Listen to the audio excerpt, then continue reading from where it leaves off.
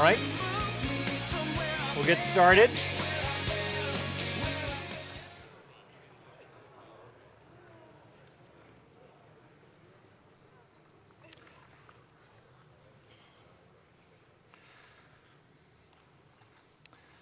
Well, welcome to our seminar, Can We Be Good Without God? I'm glad that we're talking about the moral argument because this is an argument that really cuts to the heart of who we are as human beings. The moral argument is something that is not abstract sounding. I mean, you may have heard Bill Craig talk about the ontological argument last night. And for a lot of people, that seems quite removed from where they are. They think it seems, well, it's angels dancing on the heads of pins or something. Just doesn't really connect with them. But the moral argument often gets people's ire up, often gets people very defensive. When that happens, you realize you're putting your finger on a nerve here, that you're touching something that is really close to home for them.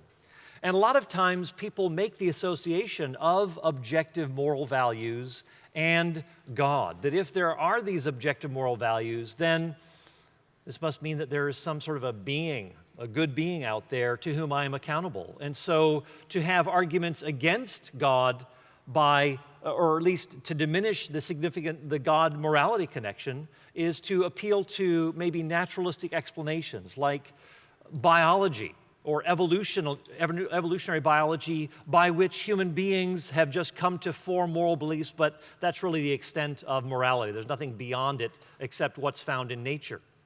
So what we want to do is talk about the God morality connection this morning. And so to start out, I wanted to mention a couple of incidents in which I was discussing this on university campuses.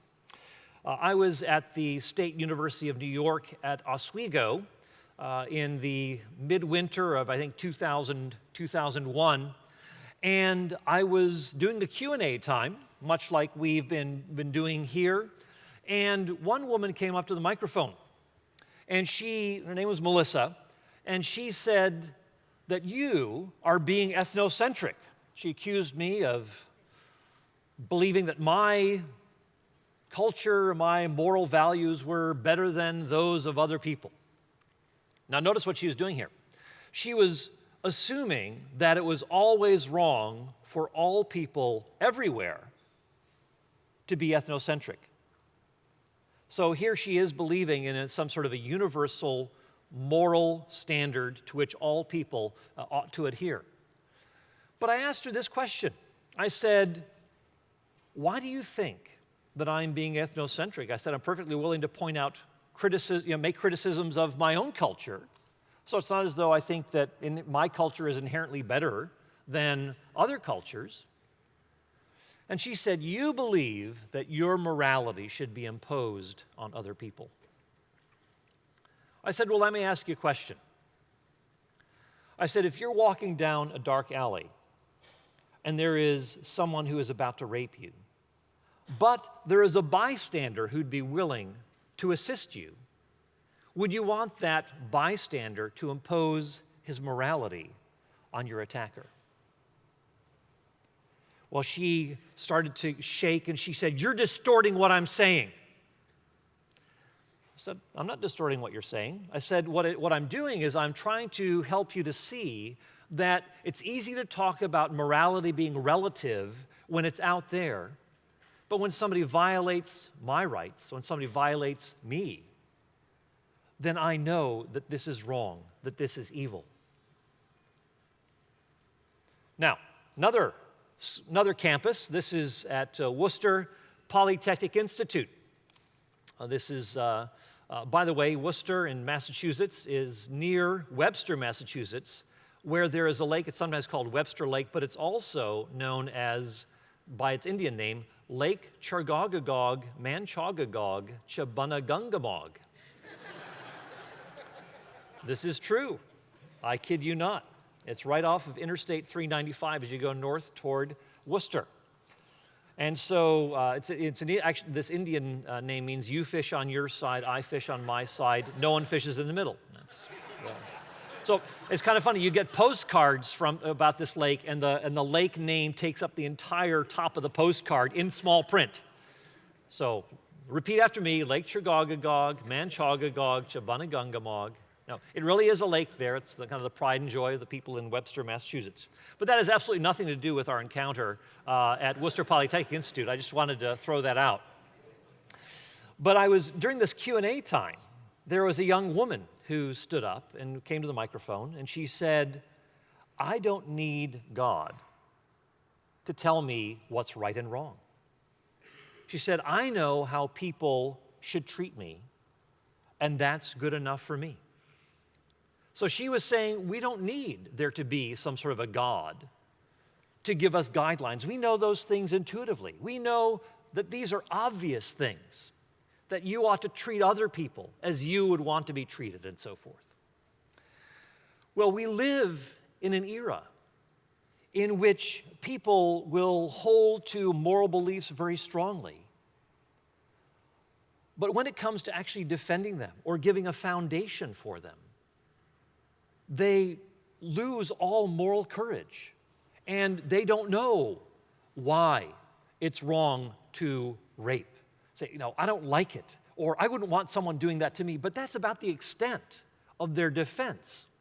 And so what I want to do is to hopefully fortify your moral courage, but also help you to see that there is an intricate, necessary connection between the existence of a good God and objective moral values. Indeed, that is the argument that we're going to be working through.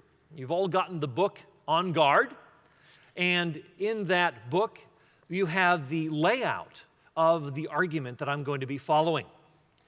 And in your notes as well, you can see that if God does not exist, objective moral values and duties do not exist.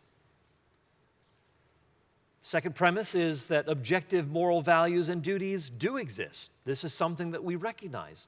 Therefore, God exists. Now, what I'm going to do is I'm going to really unpack a lot in the first part, the first premise, to show a very strong connection between God's existence and objective moral values by tackling a number of issues. So bear with me. The second part will be a little bit shorter, and then we'll have our Q&A time. But first, let's do some preliminaries here. First, let's talk about values and duties. In the literature, there's often a failure to distinguish between the good and the right. A lot of philosophers who should know better assume that if, for example, God commands something, then that is somehow the sum total of duty and the sum total of goodness, that those are somehow equated.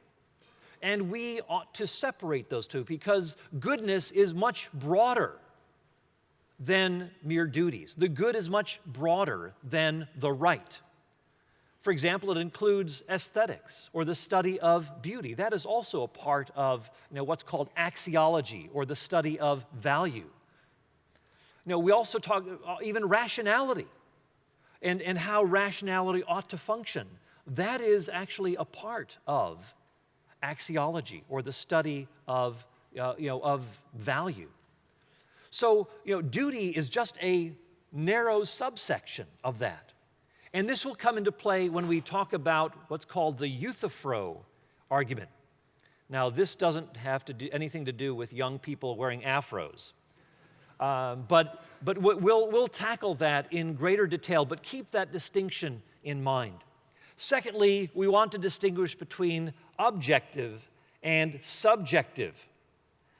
Objective means that it's independent of people's opinions or feelings or beliefs. Now, I've actually been on campuses where I've tried to make this distinction. And some people, I've used the example of, the earth is round even if people believe or have the opinion that it's flat. It is round, independent of what people think. And I've had people during Q&A time say, but you know, people used to think that it was flat, and so therefore it was flat for them. I mean, I actually couldn't believe that I was actually needing to talk about this issue at all.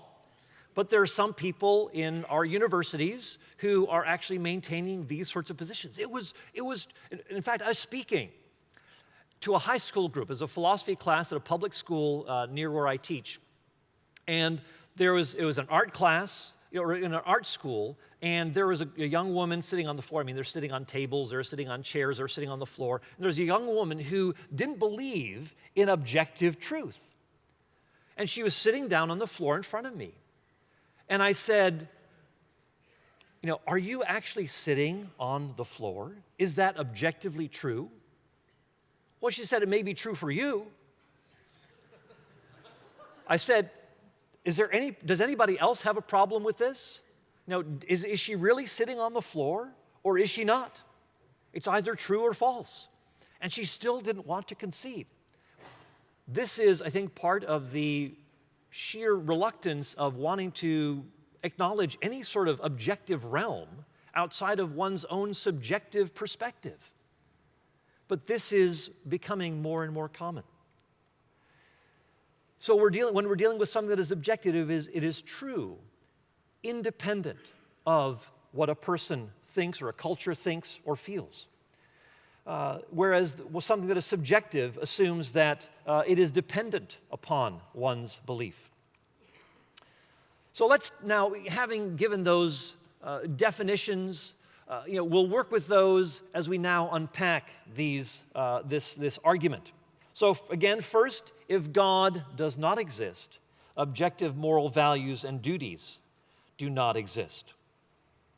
So let's talk about this first premise.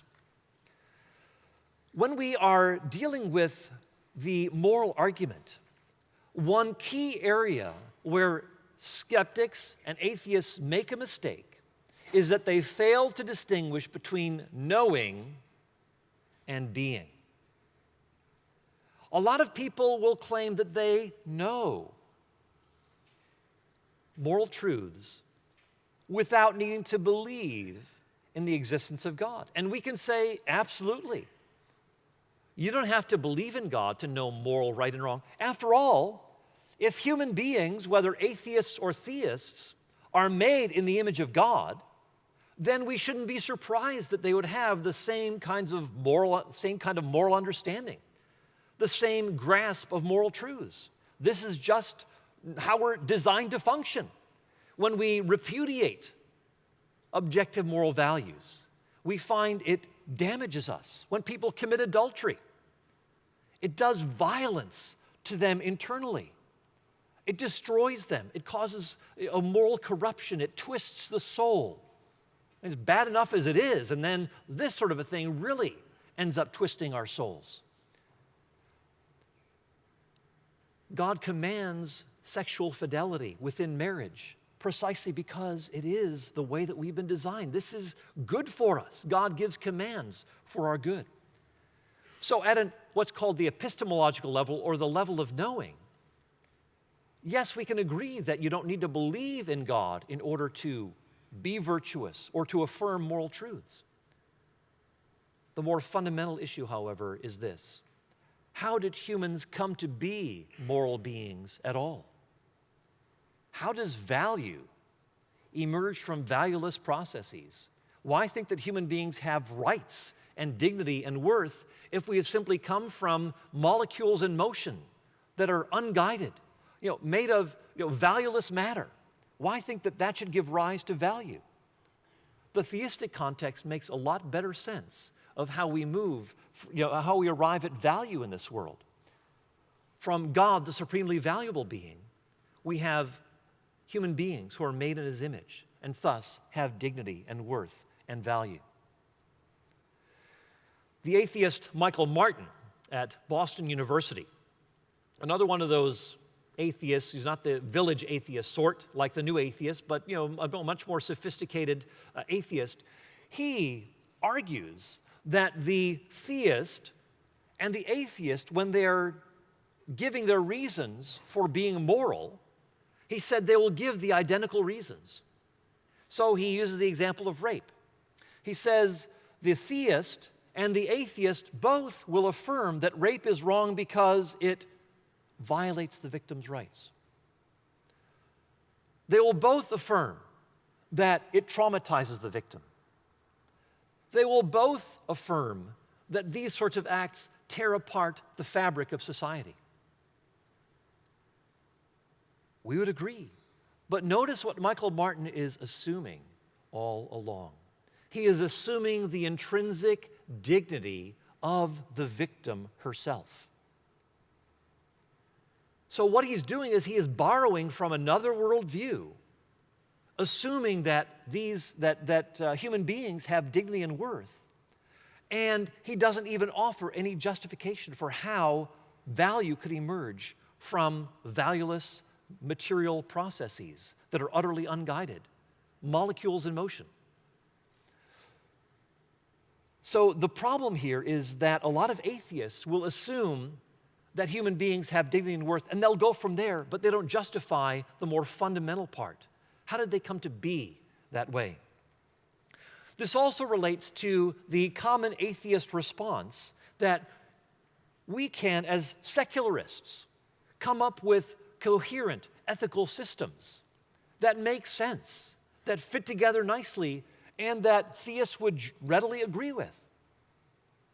And I would say, yes, there are systems, based on the work of Immanuel Kant or the philosopher Aristotle, that do have a coherence to them and that we can affirm a lot in what they say. But the problem is they still are incomplete because they do not give an accounting for how human beings have dignity and worth and rights in the first place. For example, Immanuel Kant said that human beings ought to be treated as ends rather than means. That is, humans are not objects to be used, but they have worth in themselves. So if you are in a boat fishing and listening to the radio or something, and you're with your buddy and he falls into the water, as does the radio, what are you going to go for first? You're going to go for your fishing buddy. You're going to help him. Why? Because he has intrinsic dignity. The radio does not. The radio is a means to enjoyment for human beings, but is not an end in itself. And so Immanuel Kant makes these statements, not about radios. That was before his time. But, he came before radios. But in this picture, we see that there is already an embedded assumption that human beings have dignity and worth. And so he operates from that particular perspective. Again, the problem with the atheist perspective or the secularist perspective is that there is no sufficient accounting for how value emerges from valueless, material, unguided processes. God, the supremely valuable being, on the other hand, makes excellent sense of how human beings with dignity and worth could arrive on the scene in this universe. Another problem that is made as we're dealing with this first premise is that atheists often assume that ought comes from is. They'll say, well, these are the sorts of things that enhance society. These are the sorts of things that are conducive to human flourishing. Loving your neighbor, cooperating, equal rights before the law, and so forth. These are the types of things that make excellent sense. And they'll just say, we don't need to go any further. Nature can explain these sorts of things. And so they'll say, if this is what is best, they'll make this leap to, therefore, this is what it ought to be. This is how we ought to behave toward one another. But that's too much of a jump. Why think the way things are is the way things ought to be? How do we move from the way things are, from the descriptive to the way things ought to be, the prescriptive? Doesn't that itself presume a kind of design plan that human beings simply, that they ought to do certain things, that they are in a sense, designed for this, therefore they're obligated to that? It's interesting that even in the assumption that human beings ought to do certain things, it presumes a certain design plan. But according to a lot of, according to the naturalistic worldview, this is just the way things are. We are simply the products of these unfolding material events that are utterly unguided, that are valueless. Therefore, why think that that things ought to be any different than the way that they are? When there is a tsunami that wipes out, many lives, when a child is abused, why think that things ought to be any different than the way that they are if nature is just what it is? If you assume that things ought to be different, and this really relates to the problem of evil, there is, and Bill Craig will be talking about this later on, that even evil itself is a pointer in the direction of God. Evil assumes that things ought to be different than the way that they are. But given naturalism, why think that things ought to be any different than they are? Evil assumes a certain standard or design plan from which evil is a deviation. So why think that things should be any different given naturalism? But if God exists, we have a context for making sense of the existence of evil because God himself, in his character, is that standard. Now, Michael Shermer, in this is-ought problem, he says, when we talk about why should I be moral, he said it's like asking, why should I be hungry? That's just the way that we are. He says the answer is as much a part of human nature to be moral as it is to be hungry, to be jealous, to be in love. Such drives are hardwired into us by evolution. So when you say, why should I be moral? It's sort of like saying, why should I be hungry? You just are. That's just the way that you're wired. Well, again, this is too quick. This makes certain faulty assumptions. And I think C.S. Lewis does an excellent job of responding to these types of arguments. He notes that given such conditions of this hardwiring by evolution, he says, moral impulses are no more true or false than a vomit or a yawn. That's just the way that they are. You itch. Does that mean that I ought to scratch? No, you just do. And so he says, thinking I ought is really on the same level as I itch. Indeed, my impulse to serve posterity is just the same sort of thing as my fondness for cheese or preferring mild or bitter beer. So all the naturalist can do is simply describe what things are, describe what maybe leads to greater cooperation in society, but to say that we ought to act that way is a leap that naturalism cannot justify. We've already looked at this connection between God and human beings, but I want to reiterate how there is this connection of personhood and value. It is precisely because God, the divine personal being, Father, Son, and Spirit, who makes human beings in his image, that we have value, that the supremely valuable being creates finite, valuable beings. That this is the more appropriate context for affirming the very things that atheists are assuming, but they have no foundation for it, given their impersonal, material worldview that has no value from the outset. Another point to make is this: when we're dealing with people who are raising the connection, raising a challenge to the connection between God and moral value, I think it's helpful for us also to see the bigger picture. God is the guarantor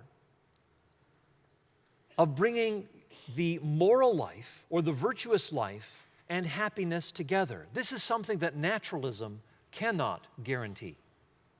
And therefore, it's reason for taking theism more seriously, because it has far more resources in dealing with a lot of the inequities and injustices that we see in the world. Think of someone who may be a naturalist, who is moral to the core, And so he, in his commitment to objective moral values, doesn't want to, say, turn in a dissident in a communist country because that man is innocent. And so the authorities tell this naturalist, if you don't tell us the whereabouts of this human rights dissident, then we are going to put you in jail for the rest of your life. And so he says, no, I'm not going to do that. I'm going to do the right thing. I'm not going to turn him in. And so this naturalist ends up languishing in prison the rest of his life. There is, it's a miserable existence in prison. And for the naturalist, death means that's it. It's totally over. Your brief existence on earth is all. But in the end, there is no happiness that he receives. There is no joy in doing what is virtuous. Those two don't come together. On the other hand, if our trust and faith are in God, such that we live faithful lives before Him, He is one who guarantees that even if there is hardship and sacrifice and difficulty along the way, think of people who are maybe working in missionaries working in Muslim contexts, and there is very little fruit that comes from it. God is still going to guarantee that the virtuous, faithful life and happiness come together. In fact, this is very relevant when it comes to justice. Think about the naturalistic worldview and people like Hitler, Stalin, and Mao Zedong. Think of how they have engaged in horrific mass murder that we just cannot even fathom. Well, if there is no God, no judgment, no justice, then these men have gotten away with murder millions and millions of times over. So for the naturalist, there is no justice at all. Maybe there's a modicum of justice here on this earth, but that is it. That's all you're going to get. And so many get away with so much. That's what I like about what 1 Peter says when, talking about Jesus. When he was reviled or slandered, he did not slander in return, but he entrusted himself to the one who judges justly. That is a marvelous, powerful, and also comforting verse. That God sees all and will put all things right in the end. The naturalist has no hope for that at all. Another point to keep in mind is this, as we're establishing the connection between God's existence and objective moral values and duties. It's that many leading atheists themselves have recognized that if God does not exist, there is no hope for objective moral values. That just cannot exist in a godless universe.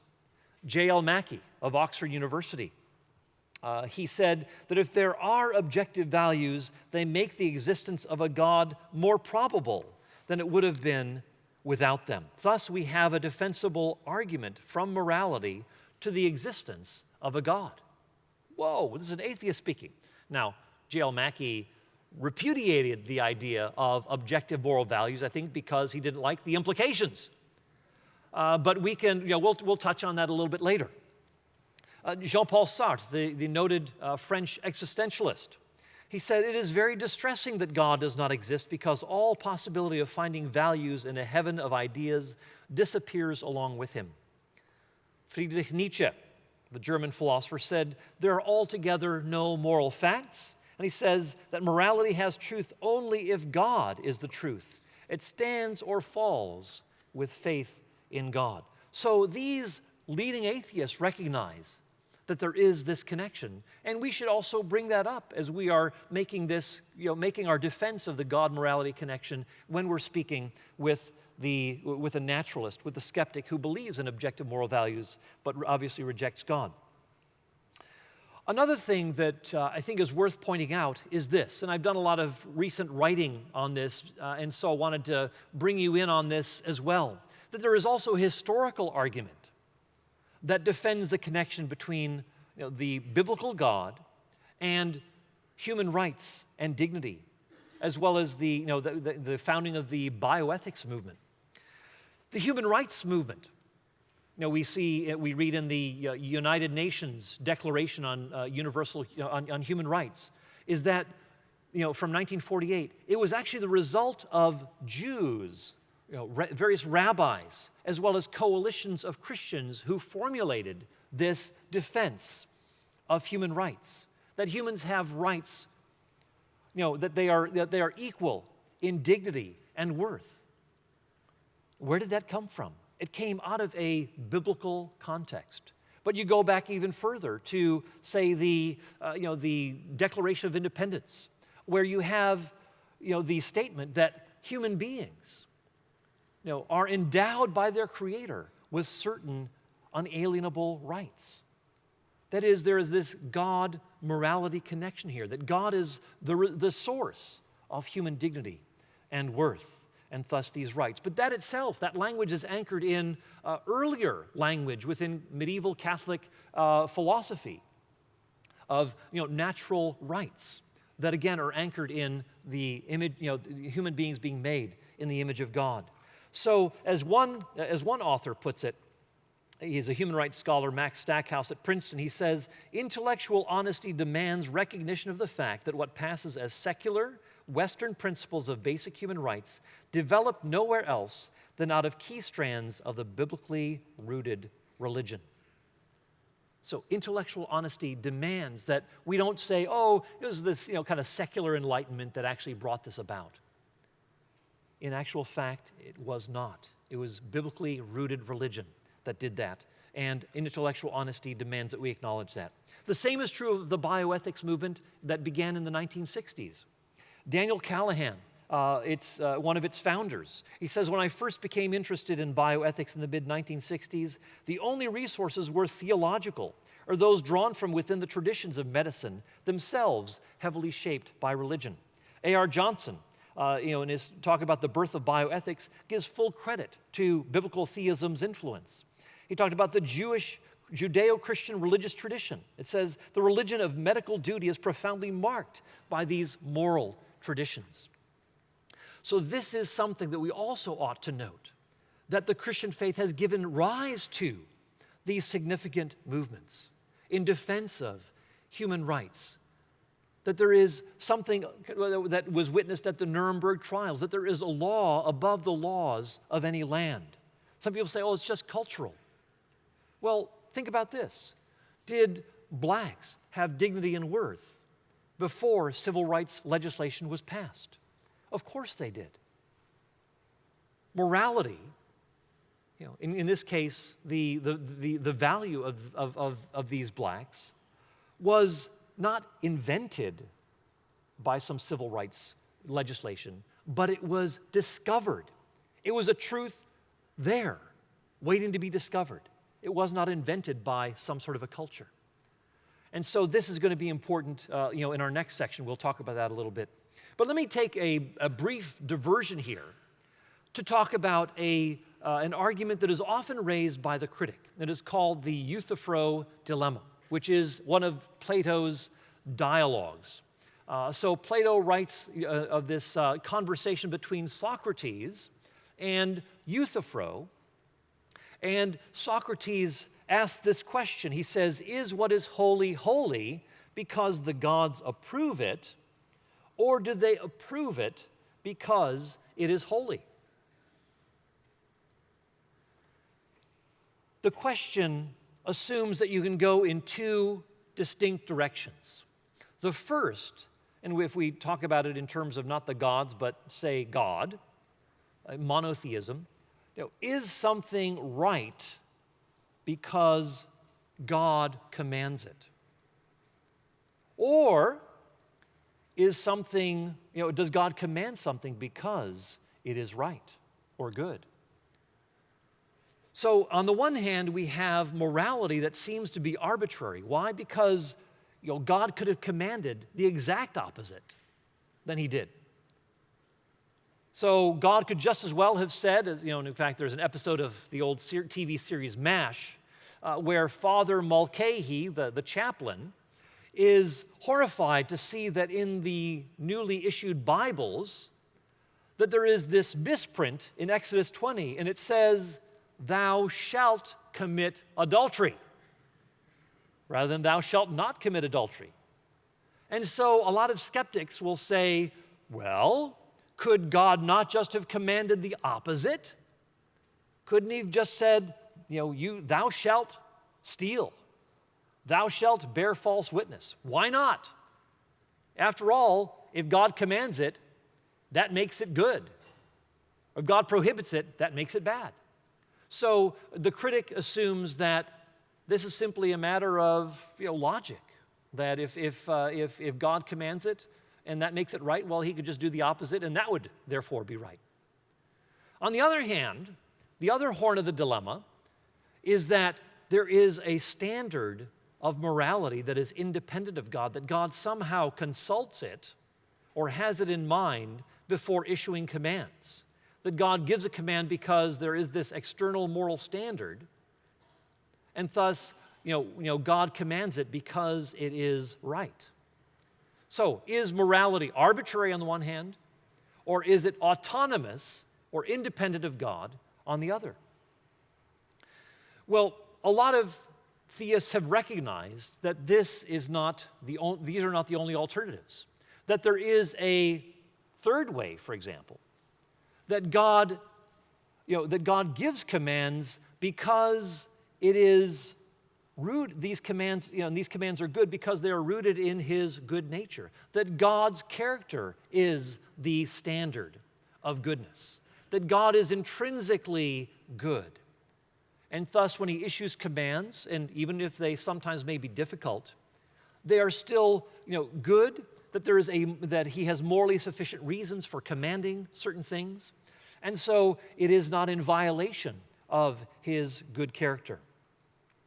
So that's one way. We could also talk about how maybe God commands because he is interested in humans' well-being too. Why couldn't that be part of the, kind of cashing things out a little bit more? Why think that there are only two options when we're talking about the Euthyphro dilemma? Is something good because it is, or something right because it is actually in the best interests of human beings to follow those commands? So that's yet another consideration. But let me get to a few other issues here that will help us deal with the Euthyphro dilemma. First, we need to remember that even if there is some sort of a moral standard that is independent of God, that still does not address how human beings came to have value. Why would value emerge? Even if you've got this kind of Platonic realm of moral facts, why think that those moral facts have anything to do with these creatures that have evolved over millions of years to actually having a moral obligation to pay attention to them once they arrive at a certain point of biological complexity? Why think that there's any connection between those two? The theist doesn't have a problem with that. God, being the standard, makes human beings in his image, so that there is this natural connection between God as the standard and human beings who've been made in his image. So it's not just some cosmic accident here. But for the naturalist, basically it looks like those moral facts are anticipating the emergence of creatures that would have to pay attention to them. That just doesn't work. Again, that just seems too cosmically coincidental. Another thing to keep in mind is this, and I think this is very, very important because, again, a lot of contemporary atheists, people who are writing on the moral argument, keep on blundering at this point. They fail, as I said before, to distinguish between the good and the right. Remember, the good is a much broader category than the right. So when they say, if God commands something, that makes it good.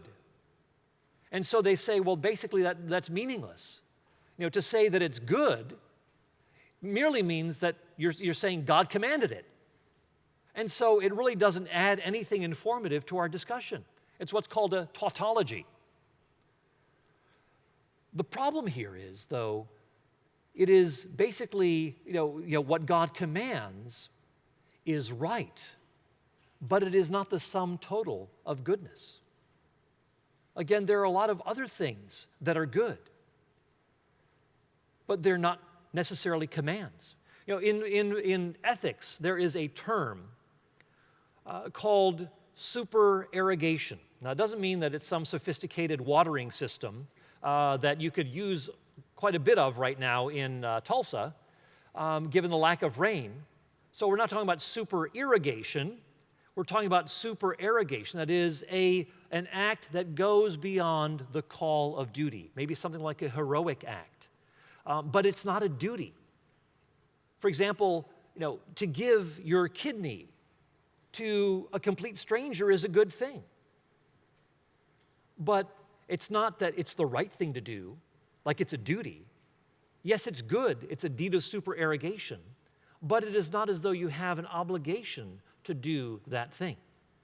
So goodness is broader than mere duty. But yet a lot of the critics will simply collapse the good and the right and fail to make the distinction, and they think they've won the argument, when actually they have failed to make important distinctions. Now, this also cuts to the heart of another issue that where there is blundering. Some of these atheist people like Louise Antony or Walter Sinnott Armstrong will say things like, well, God could command that rape is okay, that rape is good. He could command, say, the torture of innocent children, and it would be good. Well, the problem with that is that there are some things that God, by virtue of his good, intrinsically good nature, cannot do. God cannot command what is intrinsically evil. It's sort of like thinking about a married bachelor. That's a contradiction in terms. Or a square circle.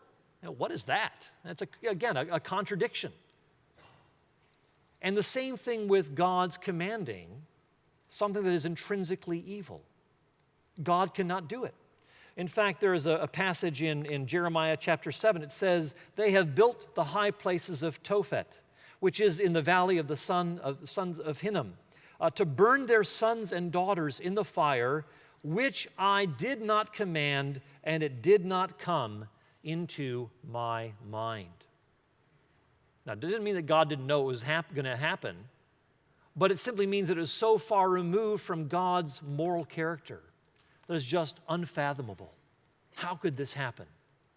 It's just so contrary to human dignity, so contrary to those who, just such a violation of God's image bearers, those who have been made in the image of God. So it is impossible for God to command things that are intrinsically evil. And as I said before, it doesn't mean that God doesn't command things that are hard, but God will always have a morally sufficient reason for doing so. So we need to distinguish between the difficult commands and impossible commands, those that are intrinsically evil. For example, God will never command you to hate God. That is an impossible, intrinsically evil command, to hate God.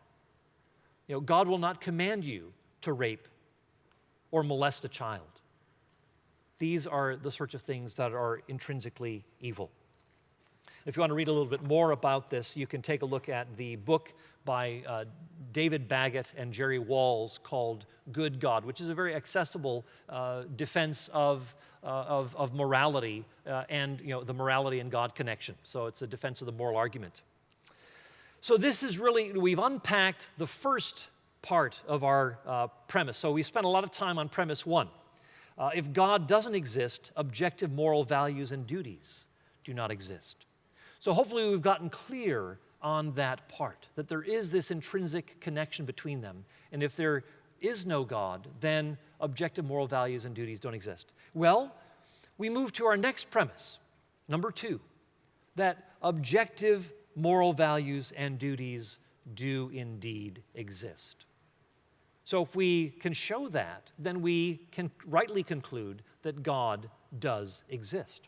So let's tackle objective moral values and duties. We'll go for about 15 more minutes, and then we'll open up the floor for Q&A. In the book of Amos,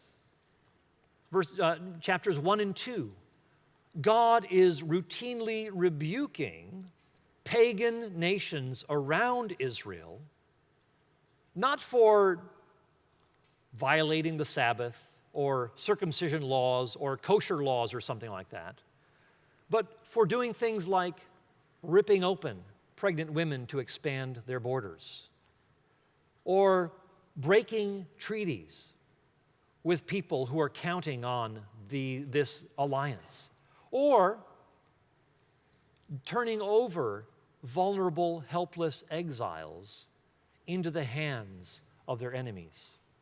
God says because of that, He is going to judge those nations. In other words, those nations who did not have the law of Moses should have known better. They suppressed their conscience. Their conscience became seared. And so they turned a blind eye to what they ought to do and engaged in these atrocities. And so God said He would judge them. So again, people don't have to believe in the one true God in order to recognize fundamental moral values. So this is, basically what we're talking about here is that morality, objective morality, is inescapable. That people who deny that objective moral values exist are, in all likelihood, playing games. This is kind of a smokescreen. Have you ever met people who have said, I don't like, the idea of murder or rape, but, maybe it's not really wrong. I'd say people like that are playing games. They're putting up smoke screens. They don't really believe that.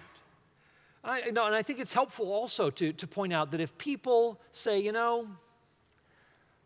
torturing babies for fun, I don't like it. I wouldn't want my kids to be tortured for fun. But is it really, really, really wrong? Well, I can't say that it is. I'd say if you can't see that this is really wrong, I think you need to get some help.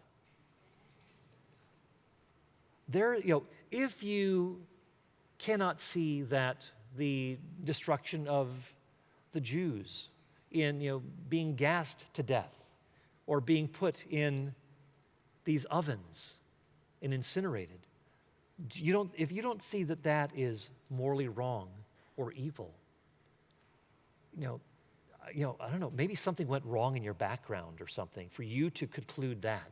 That is so askew, so twisted, if you can't recognize that.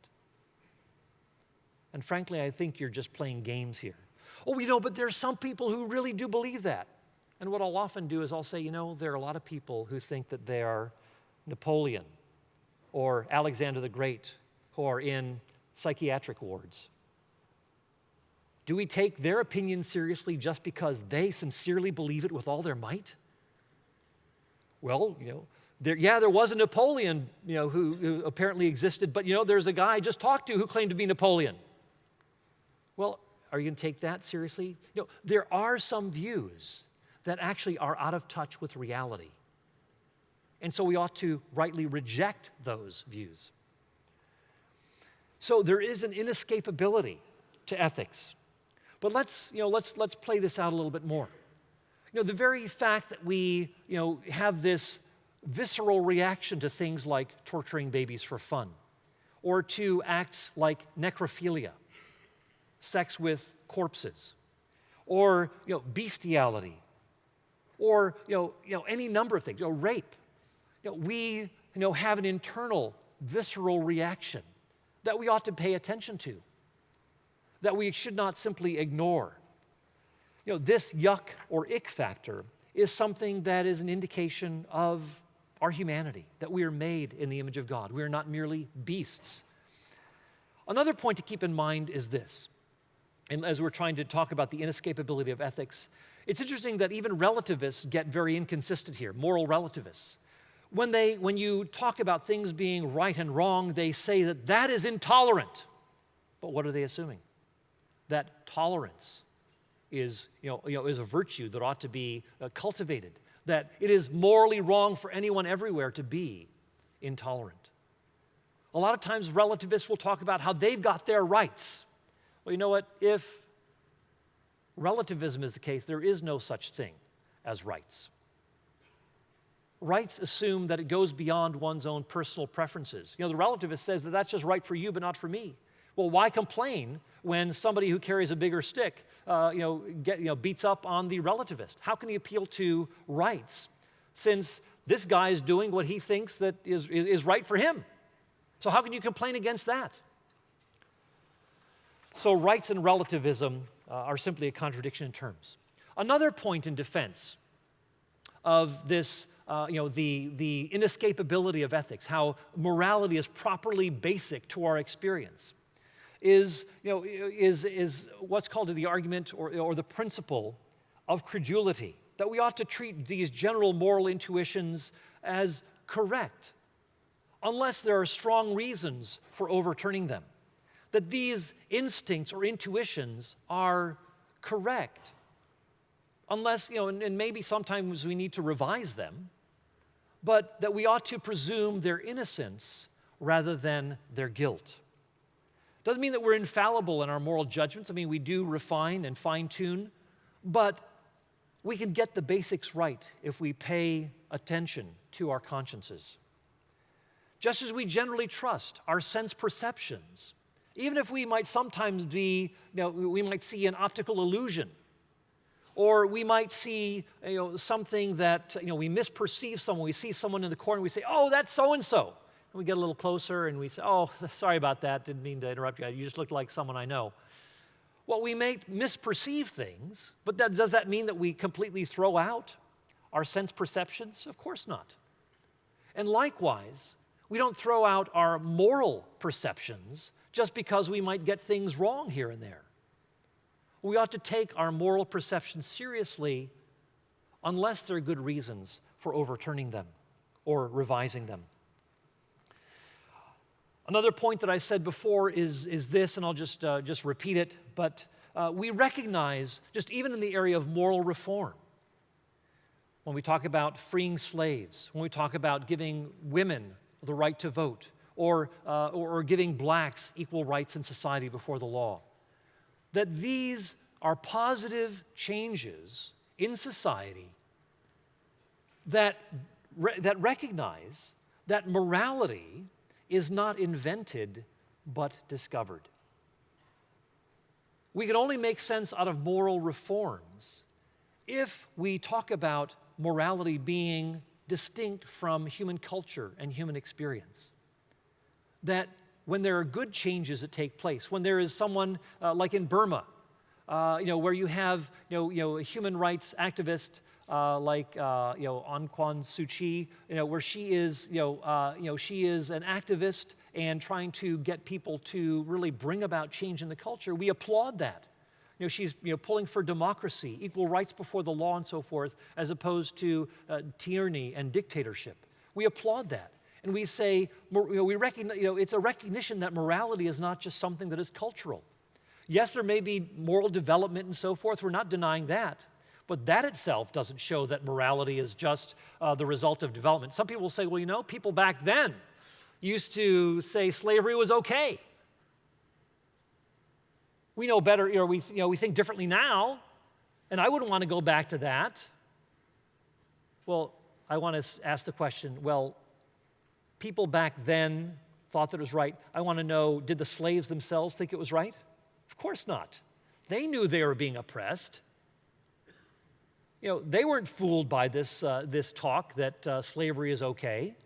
They recognized the intrinsic wrongs, and they were thoroughly mistreated, often very thoroughly mistreated.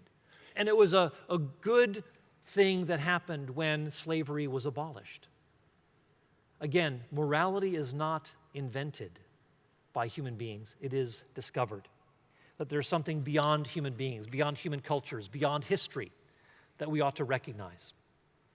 A final point here on this sub-point is that, the last sub-point here, is that when a lot of times people will bring up the objection of maybe a case where you've got maybe moral norms that seem to clash with each other. And they'll say, well, look, see, you've got a tough spot here, and it seems difficult to determine what you should do here. So maybe that's just an argument that morality is relative. Some people say yes for capital punishment, others say no. Some people say yes for just war, others say no, all killing is wrong. You've got these moral clashes by people who are morally sensitive and so forth. So maybe this morality stuff is just relative. Well, Samuel Johnson said that the existence of twilight is not a good argument against the difference between day and night. Just because you've got the gray areas doesn't mean that you can't tell the difference between right and wrong at the opposite ends of the spectrum. So, for example, we can say that torturing babies for fun is wrong. Any questions about that? Pretty clear, right? Rape is wrong. Any doubts about that? Is that morally gray area? Well, no, of course not. Or comparing Mother Teresa and Adolf Hitler.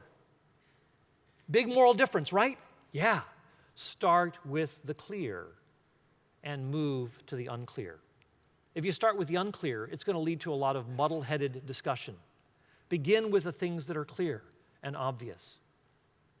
And when people say, well, oh yeah, whose morality is it going to be? Well, do you have a problem with the wrongness of rape? The wrongness of torturing babies for fun? Do you have a problem with Hitler? I think we're talking the same language here. So there's a lot of commonality. And so we begin with the clear. Now, a possible objection comes. Now, we've seen that morality is properly basic, that there are some objective moral values that are non-negotiable and that we can readily recognize. But there is a possible objection that comes, again, from the realm of evolutionary biology, that ethics is basically the result of biological forces that create these beliefs that certain things are right and certain things are wrong, but really those beliefs themselves are rooted in something more fundamental, namely the drive to survive and reproduce. This is what Patricia Churchland calls the 4 F's: fighting, feeding, fleeing, and reproducing. And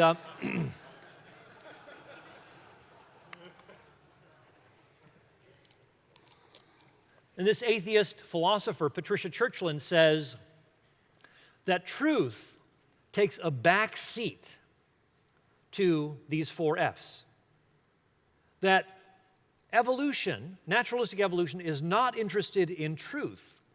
It is interested in survival and reproduction. And so we may end up believing a lot of false things, that is, things that don't match up with reality, because they enhance survival and reproduction. Let me give you an example. We generally believe that human beings have dignity and worth, right? We would agree that human beings have duties. Well, if the naturalistic perspective is true, then those are false beliefs. But they enhance survival and reproduction. They enhance cooperation. And so even if it's false, because it enhances survival and reproduction, that's what counts. But this creates a great problem. If morality is simply an illusion, then we ourselves cannot trust what is going on in our minds because our beliefs are being formed by forces beyond our control. In fact, I had the opportunity to ask Richard Dawkins himself in the flesh about this. He came to Nova Southeastern University a couple of marches ago, and he was speaking about the fact of evolution. And I spoke on the fact of God the following week at that same place. So it was a lot of fun. But after his talk, I was the first one up to the microphone, and I asked this atheist, probably the leading spokesman for atheism in the world, I asked him, I said, if, as you say in your book, River Out of Eden, the world is simply comprised of selfish genes and electrons, and that there is at bottom no good or evil, nothing but blind, pitiless indifference. And if we are simply, as he says, dancing to the music of our DNA, I said, why is it that you say that naturalism is more rational than theism? Because the same beliefs that are being produced by in the theist's mind by forces beyond his control are the same sorts of beliefs that are being created in the atheist's or naturalist's mind by forces beyond his control. So that these non-rational forces are creating beliefs over which we have no control. So how can you say that naturalism is more rational than theism, since both of us are believing things created by forces beyond our control? And he gave a totally non sequitur answer, just did not follow. He said, well, it's because science works. And he said, and besides, he added a couple of things about Republicans and Democrats and kind of going back and forth, and that's just seemingly how they're wired or whatever. But he says, besides, science flies rockets to the moon, and religion flies planes into buildings. Well, I didn't have any time for a follow-up question. There were other people in line behind me. But think about this. Didn't the terrorists themselves who flew the planes in the building, weren't they just dancing to their DNA? Of course they were. They were believing things that were produced in them by forces beyond their control. So why hold them any more responsible than anybody else? You see, if you hold that belief, free will is out, rationality is out. You cannot have rationality. If you believe something that is true, it is completely by accident. That is not knowledge. That is accidentally true belief, not warranted true belief. So we really have a serious problem here that it ends up becoming self-defeating. Why should I trust the workings of my mind in even bringing up objections against God when what is going on in my mind or my brain is being produced by forces over which I have absolutely no control? But if you think you're being rational, if you think you're making choices that are free and that you are morally responsible for your actions, then you are borrowing from another worldview, like theism, in order to have those in place. But it does not come from naturalism itself. So this is what I think is fundamental for us to understand in this second subpoint. First, we recognize the proper basicality of morality, that there's an inescapability to ethics, that we have fundamental intuitions that, yes, not necessarily always infallible, but generally lead us in the right direction if we pay attention to our conscience. And these attempts to get rid of the idea of objective morality by appealing to sociobiology or culture or something like that simply don't work. In fact, they end up utterly, canceling out the very arguments that they're using, because those beliefs themselves have been produced by forces beyond their control. Their bodies have been pumping beliefs into their brains, so to speak, over which they have no control.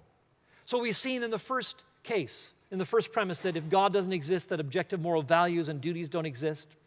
And we've also seen that objective moral values and duties do exist. And so we can safely conclude that therefore God exists. Thank you very much for listening.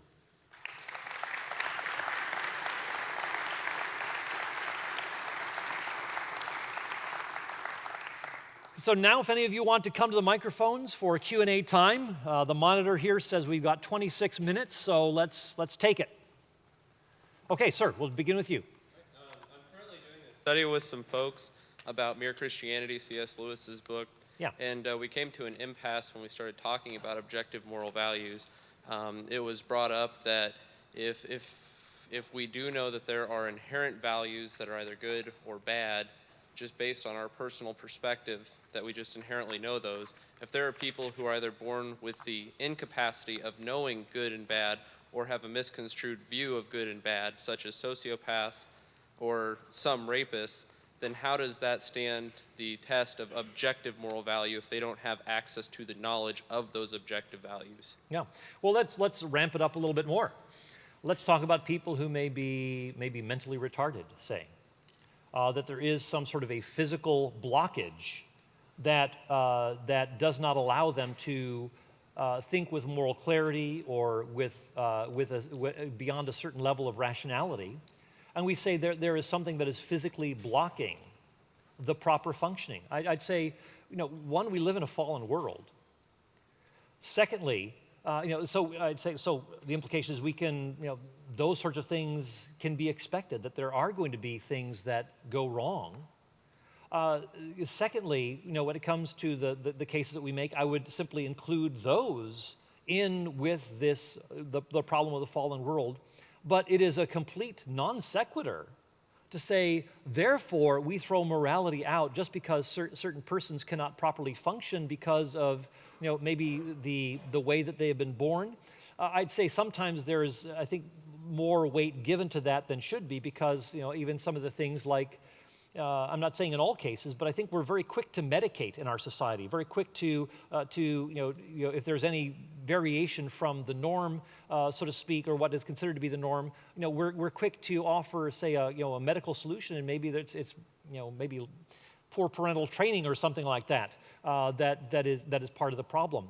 But in any event, I think it's important for us to recognize, yes, there may be physical limitations, but when human beings are properly functioning, when the physical blockages are not there, then you think about somebody who's in a coma. He can't think rationally. He's just had a blunt trauma and so is unconscious. Obviously, he's not going to be thinking rationally and so forth. He's not going to have self-awareness. But that doesn't mean, so there's a physical blockage, but once that physical blockage is removed, once he recovers from that blunt trauma, he can come, get back to normal. And I'd say that it would be the case for a lot of these sorts of scenarios. So it doesn't mean that we throw out objective moral value because we have certain exceptions. Again, start with the clear and move to the unclear. Is that helpful? Yep, thank you. Okay, very good, excellent, yep. Sir. Yes, sir. I had a question with the apparent incongruity. Speak up just a little bit, please. There seems to be a apparent incongruity with the impossibility of God commanding evil and in the Bible, the story of Abraham, where he commands the sacrifice of his son Isaac. I was wondering if you would speak about that. Yeah, Genesis 22, yep. I have written about this. If you take a look at the book, Is God a Moral Monster? I deal with a lot of Old Testament ethical challenges, and Abraham is on my radar screen, and I've touched on that. But let me give a brief summary. Abraham, there's a context for it. And Abraham has already been promised that God is going to make him a great nation, that that through him all the families of the earth will be blessed. That there has been a miracle child that has come into his life, Isaac. Again, being he and his wife being too old, God gives renewed capacities, and so Abraham first tries it with Hagar, and Ishmael is born. And even when there is conflict between Hagar, the handmaiden of Sarah, and Ishmael, God says, Sarah wants them out because there's a big problem, a conflict in the household. Isaac is being mocked and so forth, and so Sarah's just had enough.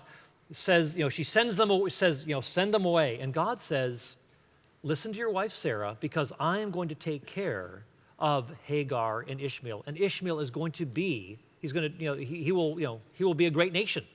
And so God has made this promise, even though he's sending him off into a difficult wilderness setting in which there are challenges and difficulties and so forth.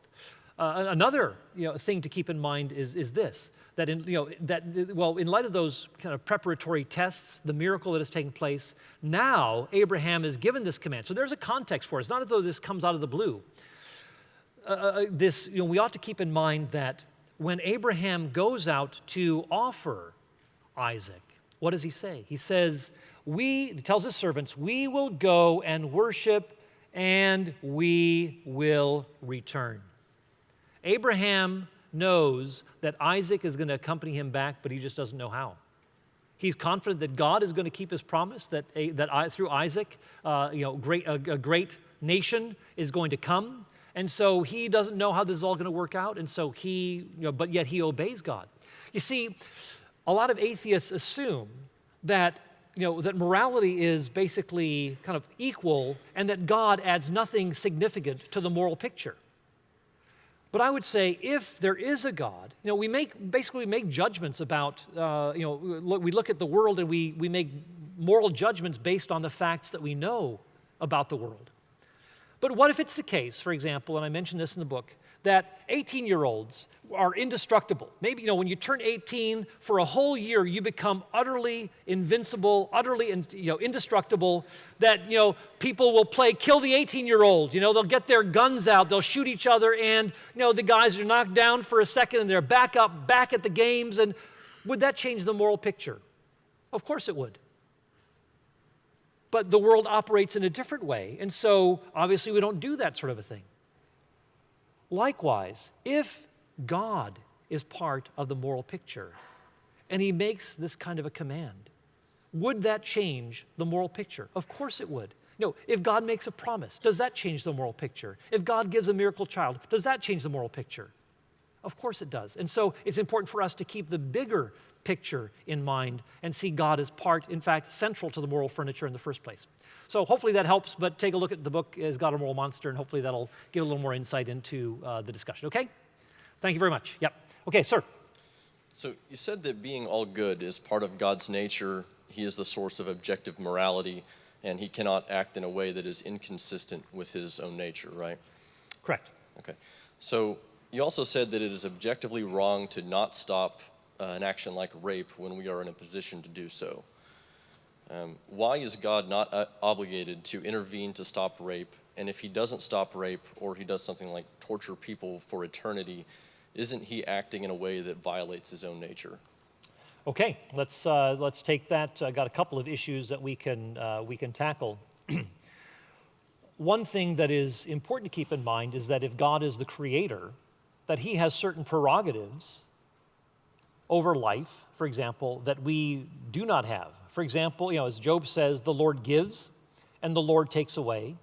Blessed be the name of the Lord. I mean, God is in charge of life, and so he doesn't owe us a certain number of years to live, that we can somehow shake our fist at God and say, God, you didn't give me 70 years or 80 if I have strength.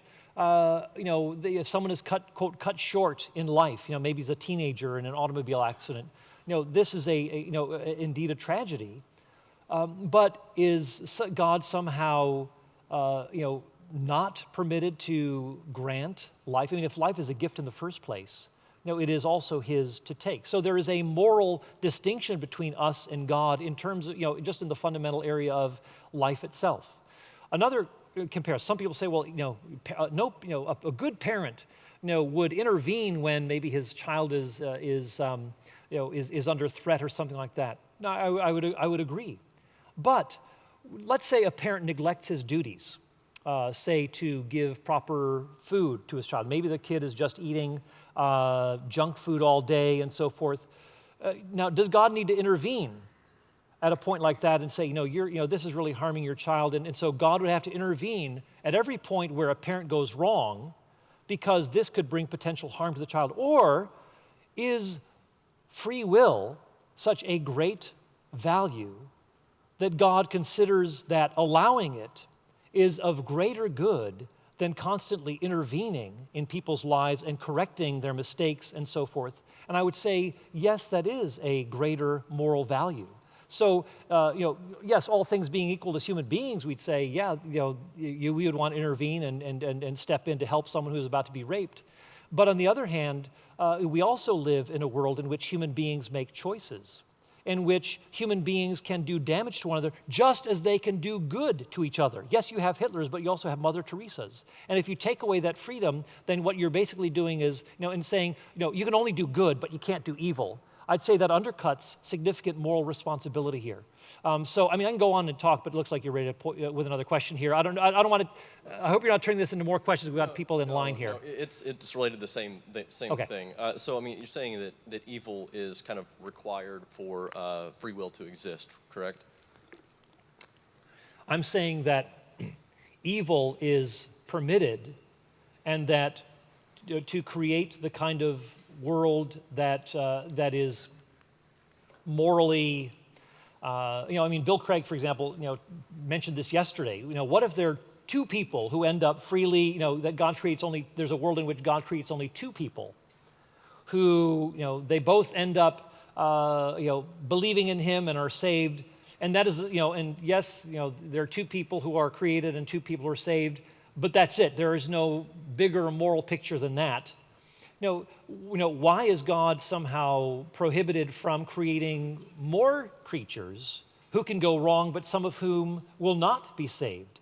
Is God required to create only people who will be saved? Or, is it permitted that God, in light of the good gift of moral freedom, give people this opportunity to either embrace him or reject him by their own free will, by resisting the grace of God? I'd say that is a greater, I think a moral world in which significant choices are taken seriously. And so, as C.S. Lewis said, the door of hell is closed from the inside.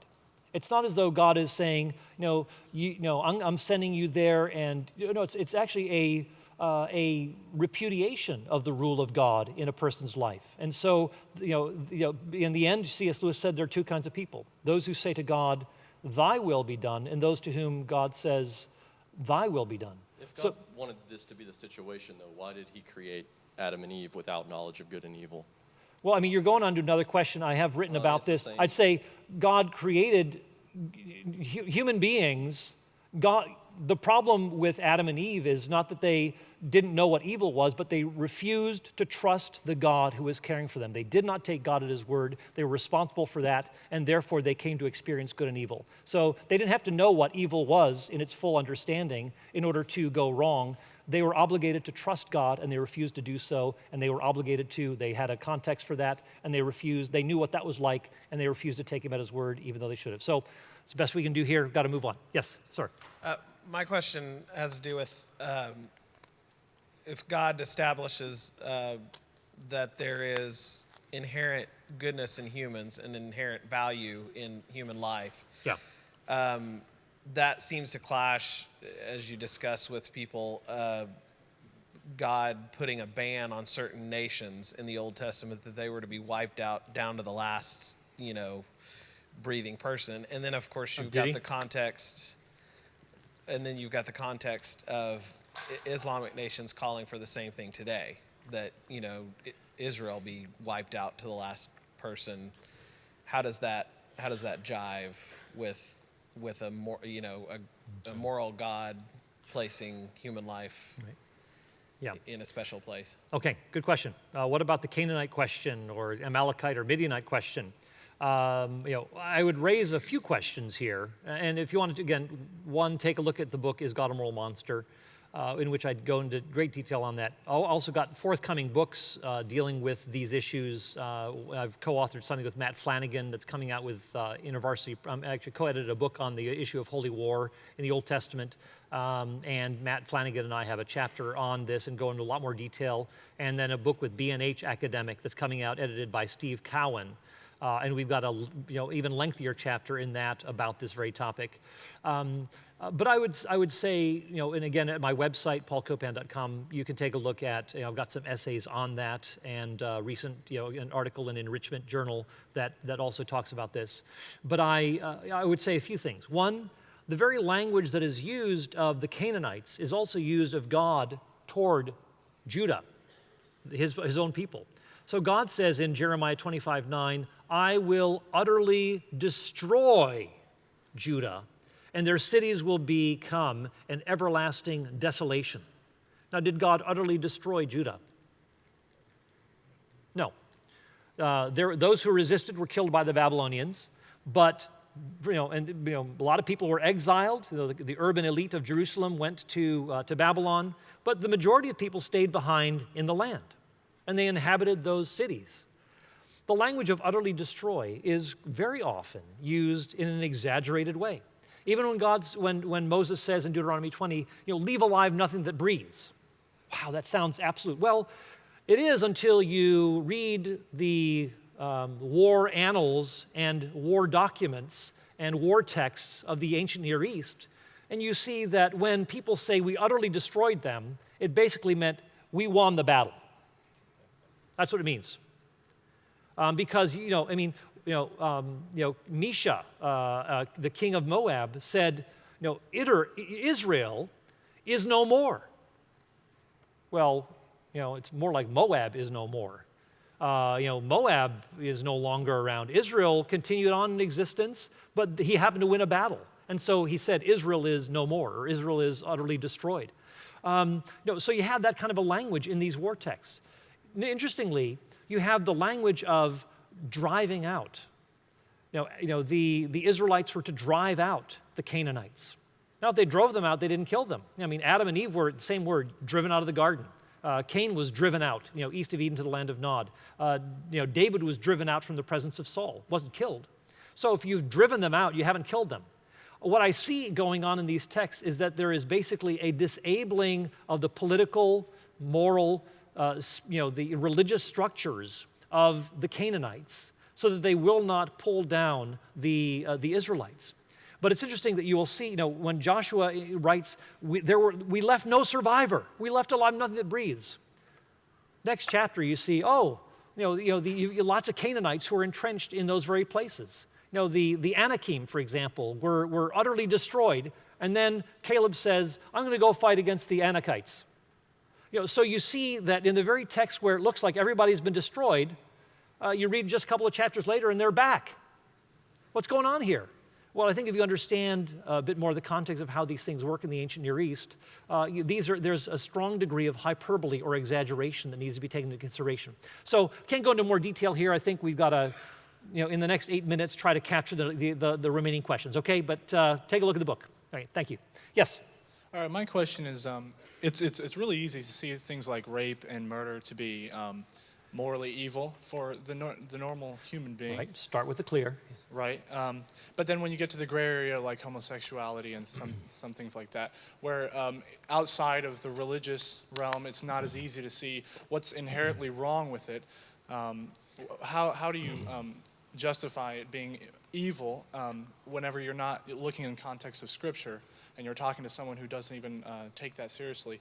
And then, are we asking two questions here? Well, I just don't see why God would even give that tendency to human beings and then tell them that it's wrong, and then everyone, you see where I'm going with this, maybe. Sure. At my website, I've got a talk at Bethel University about this, or Bethel College, that goes into detail on this, and also I've got at my website. There's an essay on the issue of gay marriage in which I touch on some of these things. And also in my book, When God Goes to Starbucks, I touch on a number of issues like, what does the Bible say about homosexuality? Secondly, are people born gay? And then thirdly, what about gay marriage? But let me just offer a few bullet points that hopefully will help here. When we're talking about people being born this way, I would disagree that while there may be a physical component that is for example, a person who is just by temperament, a boy whose temperament is artistic, bookish, and so forth, chances are that person in not just the current generation but previous generations would have been teased as unmanly, as being a sissy, and so forth. What often happens in this kind of a situation is that there is a lack of affirmation from the father figure. There's a lack of connection with the male role model in his life, and also with the same-sex peers in a non-sexual way, so that when he hits puberty, the desire to connect with the same sex becomes sexualized. And so it seems like it's been with him for a long time, but it's because of these broken relationships. And people who have worked with people, you can look up NARTH.org, the National Association for Reparative Therapy, and you will see case study after case study indicating that people are not, quote, born that way, but there are serious psychological considerations, social considerations, indeed broadening it out to cultural considerations, maybe people experimenting with it, they feel the freedom to do so. And so I'd say, up until 1973, the American Psychological Association's, Manual of Diagnostic Disorders had homosexuality on as a disorder, and it was not because of medical progress that it was taken off, but through political pressure. I think that's very telling. We can also talk about, even what constitutes marriage. People did not assume that, people throughout history, again, outside of a religious context, have not assumed that marriage is something that is between, members of the same sex, but members of the opposite sex. There is a complementary, you put a naked man and a naked woman in front of each other, you see that there is a remarkable fit there, physiologically, and that one person is able to contribute to the other and produce a child as a result. I'd say they're very natural arguments that we can use that indicate that there is a fit in one case that is not in the other. We can also talk about, if we're talking about how we define marriage, well, I could go on and on about this. We've got a few more questioners here. But there's an article, powerful article, by Robert George. It's available online. Robert George, who teaches at Princeton University, and it's an essay that was in the Harvard Law Review, I believe, called What is Marriage? And Robert George and his two colleagues argue, not from a religious Bible point of view, but simply from a philosophical, moral, social viewpoint, that gay marriage has its own problems. For example, gay marriage means that you necessarily deprive a child of a father or a mother, and studies show that this is just terrible for society, for bringing up kids. They need both in their family, both for raising a child in a balanced way. All the relevant data is in terms of showing how children do much better in a traditional home, and new studies out indicating that children in gay marriages or lesbian marriages do much more poorly, that there is a severe lack. So recent studies have been done on this. I can't remember the guy's name, but two studies probably within the last month or month and a half that have come out that have really caused quite a firestorm. But again, it's a much more comprehensive sample than the kind of the random samples that have been produced by the gay community that is more volunteer-based and so forth. So we got 3 minutes. Maybe we can just do our best to finish up with these questions, but I felt like it's an answer that needs a bit more of a little more oomph and a more comprehensive response given the loaded nature of the question. So hopefully that was at least a start in the right direction. Yep, sir. Who's next? Are you next? Okay, go ahead. Dr. Copan, in regards to the euphoria dilemma, you posited that... Speak into the microphone a little bit You more. posited that we explained the euphoria dilemma by saying that goodness is inherent in God's nature. And now, the problem I keep running into that is it really feels to me and to a lot of people like it's a bit like when my brothers and I were playing pretend and he would say, I shot you, and I'd go, no, well, you did, but I happen to be wearing a bulletproof vest that I forgot to tell you about because I just made it up on the spot to answer that problem. Yeah. And I know you and other people who do that would say, well, we're not doing that, but could you explain some more as to why you're not doing that, why it isn't something like special pleading, because it really tends to come across that way? Well, a couple of reasons. I'd say it's no more special pleading than the atheist who says that there is some sort of a standard outside of God. I'd say, well, what makes that standard good and not some standard beyond that? You're going to have to arrive at some starting point. And God is a very coherent stopping point because, one, if he is intrinsically good and is the measure of goodness, and he makes human beings in his image who recognize goodness, then you've got a much simpler solution than some sort of a moral standard that is out there. And then human beings kind of developing, and one, somehow they get value and worth and dignity, and they're morally responsible agents, and wow, and they've got to pay attention to those moral facts that have been, in a sense, anticipating them. A much more simple picture is this. So I'd say you're going to have to arrive at a natural stopping point. Why can't it be God? And if you're going to say, oh, there's a moral standard outside of God, I'd say, well, what makes that standard good? And why not some standard beyond that, or some standard beyond that, and on indefinitely? So those are a few things that might be helpful to put into your philosophical pipe to smoke. Okay, all right. Thank you very much. Okay, yes? My question is somewhat related to the last one. Do you want me to ask it? Yeah, maybe we can put you at the back of the line, and if we can get both questions answered in less than 1 minute, then we'll come to you. Okay, yes, sir. My question is about the first premise. Basically, you said morality is not invented, but it's discovered. So why could we not posit some sort of necessary set of moral values and moral duties that we continue to discover more about as we evolve? Well, again, this is the point that I was making, that it doesn't mean that we have a full comprehensive picture of morality as we go through history, but we will pick things up, we'll recognize certain defects in our culture and so forth, and maybe something like the Scripture, which has given a remarkable, in a sense, moral ammunition for us to think greater moral clarity. But I'd say that doesn't negate the need for processing, for developing as moral creatures. So I'd say we can, in a sense, come up with those, but that still wouldn't negate the fact that morality is still external to us, that we would be discovering it rather than inventing it ourselves. I don't know, maybe I'm not catching the full drift of what you're getting at, but that's kind of a quick, simple response as far as I can understand your question. Looks like we've got a cutout here. I'm gonna take Right. facilitation. I have 6 seconds left. Okay, all right. Yeah. All right. Guys, Thanks, thank this everybody. guy. Thank you so much. Thank you. I don't know if maybe you want to take questions offline if there's a couple. Yeah, I can hang out afterwards. Okay, yeah. he's going to be hanging out afterwards here. You can take a couple questions offline. I want to give you guys in this room, we've got a 5-minute break here. That's all you got. So if you want to take a break before Dr. Craig's next topic, you need to take advantage of that. We're going to jump right back in at 10:45, all right?